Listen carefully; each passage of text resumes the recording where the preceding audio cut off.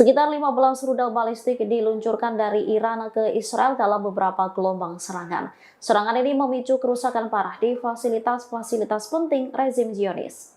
Rudal-rudal Iran ini diluncurkan hari ini, Senin 23 Juni 2025. Rudal-rudal itu ditembakkan dalam beberapa salvo selama hampir 40 menit. Ini menandai salah satu serangan rudal Iran terlama dalam perang tersebut. Dikutip dari Al-Mayadin, gelombang serangan pertama Iran menyasar wilayah utara Palestina yang diduduki.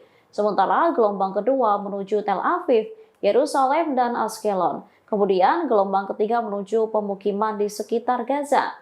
Sebuah pesawat Israel mengubah arah sebelum mendarat di Bandara Ben Gurion setelah rudal ditembakkan ke wilayah yang diduduki. Serangan Iran kian intens diluncurkan setelah Amerika Serikat menyerang 3 fasilitas nuklir Tehran pada Minggu 22 Juni. Untuk pertama kalinya, Iran meluncurkan rudal Khaibar. Serangan rudal antara benua ini menyebabkan Tel Aviv mengalami kerusakan parah. Bangunan dilaporkan hancur, sementara banyak orang yang terluka bahkan tewas.